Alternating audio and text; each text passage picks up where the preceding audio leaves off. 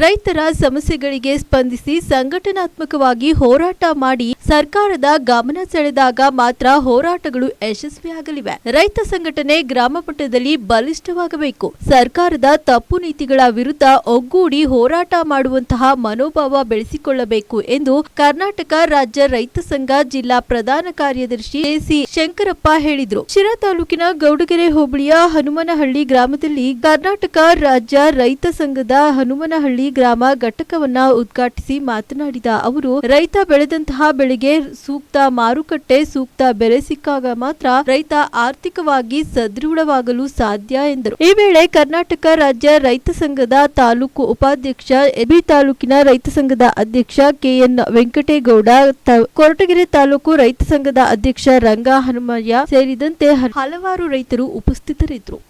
ವಿಚಾರ ಇದೆ ರೈತ ಸಂಘದಲ್ಲಿ, ಅದನ್ನು ಕೇಳೋಣ ಅಂತ ಕಾತರದಿಂದ ತಾವೆಲ್ಲ ಕೂತಿದ್ದೀರ.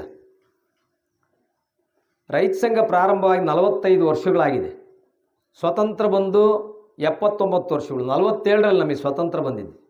ಆದರೆ 79-80ರ ದಶಕದವರೆಗೆ ರೈತರ ಸಮಸ್ಯೆಗಳ ಬಗ್ಗೆ ಅನೇಕ ಚಿಂತಕರು ಹೋರಾಟಗಳನ್ನ ಮಾಡ್ಕೊಂಡು ಬಂದರು. ಆದರೆ ಅದು ಸಮಾಜಕ್ಕೆ ಗೊತ್ತಾಗಲಿಲ್ಲ.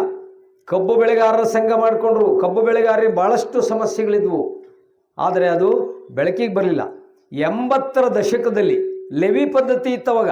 ಯಾರು ಭತ್ತ ಬೆಳೀತಾ ಇದ್ರು, ಸಮಾಜದ ಯಾವ ಶಕ್ತಿಗಳನ್ನು ನಾವು ಎದುರಿಸಲಿಕ್ಕೆ ಸಾಧ್ಯ ಇಲ್ಲ. ಇವತ್ತು ಹೊಲದಲ್ಲಿ ಹೋದರೆ ನಮಗೆ ಕಾರ್ಮಿಕರ ಸಮಸ್ಯೆ ಇದೆ,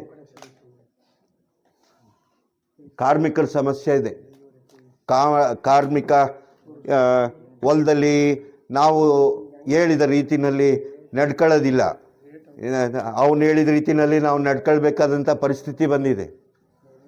ಅವನು ಹೇಳಿದ ರೀತಿ ಸಡ್ಲ ಕೊಟ್ಕೊಂಡು ಹೋದರೆ ನಮಗೆ ನಮ್ಮ ಉತ್ಪಾದನಾ ವೆಚ್ಚ ಜಾಸ್ತಿ ಆಗ್ತಾ ಹೋಗ್ತದೆ.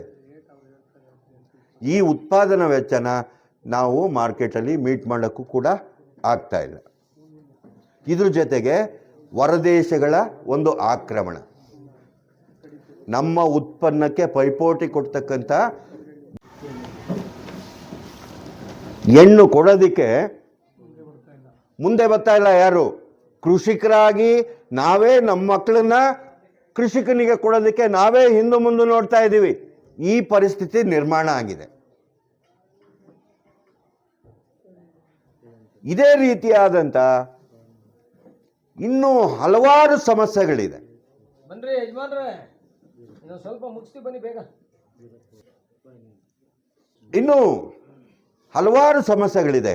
ಈ ರೀತಿಯಾದಂಥ ಹಲವಾರು ಸಮಸ್ಯೆಗಳು. ಯಾಕೆಂದ್ರೆ ಇವತ್ತು ಯಾವ ಹಳ್ಳಿಗಾರ ಹೋಗಿ ನಮ್ಗೆ ಯಾವುದೇ ಸೌಕರ್ಯ ಇಲ್ಲ, ಏನು ನಮ್ಮ ಊರಲ್ಲಿ ರಸ್ತೆ ಇಲ್ಲ, ಚರಂಡಿ ಇಲ್ಲ, ಮತ್ತು ನಮ್ಮ ಹೊಲಗಳಿಗೆ ಹೋಗಿ ದಾರಿಗಳಿಲ್ಲ, ಕೆರೆ ಅಭಿವೃದ್ಧಿ ಆಗಿಲ್ಲ, ಬರೀ ಆ ಮಾತನ್ನು ಟೀ ಅಂಗಡಿತಲ್ಲೋ ಅಥವಾ ಎಲ್ಲಾದರೂ ಹಳ್ಳಿ ಕಟ್ಟೆ ಹತ್ರ ಮಾತ್ರ ಮಾತಾಡ್ತೀವಿ. ಆ ಮಾತು ಎಲ್ಲಿಗೋಗಿ ಮುಟ್ಟಬೇಕು ಅನ್ನೋದು ತುಂಬ ಹಾವಳಿಯಾಗಿತ್ತು. ಇಲ್ಲೇ ಇದ್ದಾರೆ ನಮ್ಮ ಪತ್ರಕರ್ತರು ಮತ್ತು ಮೀಡಿಯಾದವರು. ಅವರ ಸಹಾಯದಿಂದ ನಾವು ಒಂದು ಎಮ್ದೊರೆ ಗ್ರಾಮದಲ್ಲಿ ಹೋಗಿ ಅವರ ಸಂಕಷ್ಟಗಳನ್ನ ಕೇಳಿದಾಗ, ಅಣ್ಣ ಮುಂಚೆ ಎಲ್ಲನ 50,000 ರೂಪಾಯಿ ಒಂದು ಕ್ವಿಂಟಲ್ ತಗೊಳ್ತಾ ಇದ್ರು, ಈ ಸರಿ ಆಲೇ 45ಕ್ಕೆ ಮಾಡಿದ್ದಾರೆ, 5,000 ಕಮ್ಮಿ ಮಾಡಿದ್ದಾರೆ, ಏನು ಮಾಡಬೇಕು ಅಂತ ಕೇಳಿರು. ನಾವೆಲ್ಲ ಹೋಗಿ ಕೇಳಿದಾಗ, ಈ ಸರಿ ನಾವು ಬೆಳೆದಂಥ ಬೀಜ ಯಾವುದು ತಗೊಂಬಲ್ವಂತೆ, 2.5 ಕ್ವಿಂಟಲಿಗೆ ನಿಗದಿ ಮಾಡಿದ್ದಾರೆ, ಅಷ್ಟೇ ಬೆಳಿಬೇಕು ನೀವು, ಜಾಸ್ತಿ ಬೆಳಿಬೇಡ್ರಿ ಅಂತ. ಅವೆಲ್ಲ ಹೋರಾಟ ಮಾಡಿ ನಾವು ತಾಲೂಕಲ್ಲಿ ಒಂದು ಮೀಟಿಂಗ್ ಆಯಿತು. ಆಮೇಲೆ ಜಿಲ್ಲಾ ಸಮಿತಿಯಲ್ಲಿ ಮತ್ತು ಜಿಲ್ಲಾಧ್ಯಕ್ಷರು ಒಬ್ಬರು ರಾಜಕಾರಣಿ ಹೇಳಿದ್ರು ಅಂದರೆ 500 ಜನ ಹೊರಡ್ತೀವಿ. ಒಂದು ಒಳ್ಳೆ ಕೆಲಸನ ರೈತ ಸಂಘನೇ ಮಾಡ್ತಾ ಇದ್ದೀವಿ. ನಾವೆಲ್ಲರೂ ನಮ್ಮೂರಿಗೆ ಒಂದು ರೈತ ಸಂಘವನ್ನ ಮಾಡ್ತಾ ಇದ್ದೀವಿ ಬನ್ನಿ ಅಂದರೆ ಜನ ಬರೋದಿಲ್ಲ. ನಿಮ್ಮದು ಅಂತನ ಅಲ್ಲ, ನಮ್ಮೂರಲ್ಲೂ ಹಂಗೆಯ. ಇವತ್ತು ಒಂದು ಒಳ್ಳೆಯ, ಇವತ್ತು 2025ನೇ ಇಸವಿ 21ನೇ ತಾರೀಕು ನೀವು ಏನು ಯಾವುದು ಹನುಮನಹಳ್ಳಿಯಲ್ಲಿ ಒಂದು ಒಳ್ಳೆಯ ಕೆಲಸವನ್ನ ಆಂಜನೇಯ ಸ್ವಾಮಿ ದೇವಸ್ಥಾನ ಹತ್ರ ಮಾಡಿದ್ದೀರಾ. ನಾನು ಯಾವುದೇ ರಾಜಕೀಯ ಆಸೆ ಆಮಿಷಗಳಿಗೆ ಬಲಿಯಾಗದೆ ಕಾಯ ವಾಚ ಮನಸ್ಸ ಪರಿಶುದ್ಧನಾಗಿ ಮುಂಬರುವ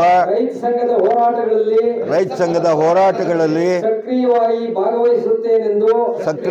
ಭಾಗವಹಿಸುತ್ತೇನೆಂದು ಪ್ರಮಾಣ ಮಾಡುತ್ತಿದ್ದೇನೆ. ಕರ್ನಾಟಕ ರಾಜ್ಯ ರೈತ ಸಂಘಕ್ಕೆ ಜಯವಾಗಲಿ, ಹನುಮನಹಳ್ಳಿ ಗ್ರಾಮ ಘಟಕಕ್ಕೆ ಜಯವಾಗಲಿ. ಯಾತಕ್ಕಾಗಿ ಹೋರಾಟ. ಹಾಗೆ ನರಸಿಂಹಮೂರ್ತಿ HR ಅವರು ಗೌರವಾಧ್ಯಕ್ಷರು, ಅವರು ದೀಕ್ಷೆಯನ್ನ ಪಡಿಬೇಕು ಅಂತ ಹೇಳಿ, ಹಾಗೆ ವೀರೇಂದ್ರ ಅವರು ಉಪಾಧ್ಯಕ್ಷರು ಹಸಿರು ದೀಕ್ಷೆ ಪಡಿಬೇಕು ಅಂತ ಕೇಳ್ಕೊಳ್ತೀವಿ. ಜಿತೇಂದ್ರ ಬಾಲಕೃಷ್ಣ ಅವರು ಖಜಾಂಚಿ ಅವರು ಹಸಿರು ದೀಕ್ಷೆ ಪಡಿಬೇಕು ಅಂತ ಹೇಳಿ ಕೇಳ್ಕೊಳ್ತೀವಿ. ನವೀನ್ ಕುಮಾರ್ ಅವರು, ಗಿರೀಶ್ T ರವರು ಹಸಿರು ದೀಕ್ಷೆ, HL ಸದಸ್ಯರು, ಕೃಷ್ಣಮೂರ್ತಿ HR ಹಸಿರು ದೀಕ್ಷೆ ಪಡಿಬೇಕು ಅಂತ ಕೇಳ್ಕೊಳ್ತೀವಿ. ಹಸಿರು ದೀಕ್ಷೆ ಪಡಿಬೇಕು ಅಂತ ಕೇಳ್ಕೊಳ್ತೀವಿ. ಶಾಲು ಓದಿಸುವುದರ ಮೂಲಕ ಹಸಿರು ದೀಕ್ಷೆಯನ್ನ ನೀಡಿದ್ದಾರೆ. ಇವರೆಲ್ಲರಿಗೂ